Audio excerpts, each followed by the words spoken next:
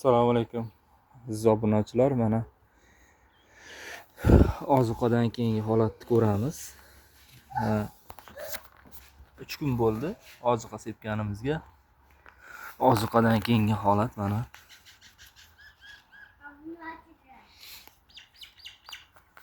Albion sorti.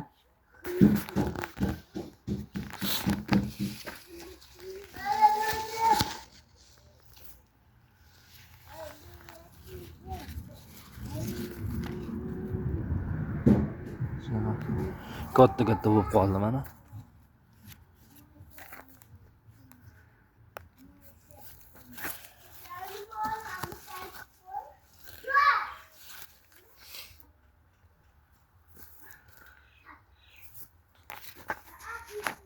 Hosili kamroq bo'ladi degandi, lekin menimcha yaxshi hosil ham.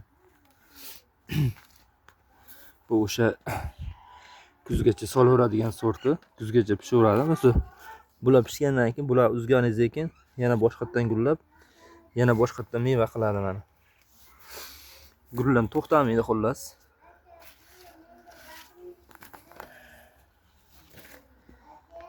Shunaqa kichkina огородчangiz bo'lsa, ekib qo'ysangiz, bolalarga kuzgacha yeyishga chiqib turaverar ekan.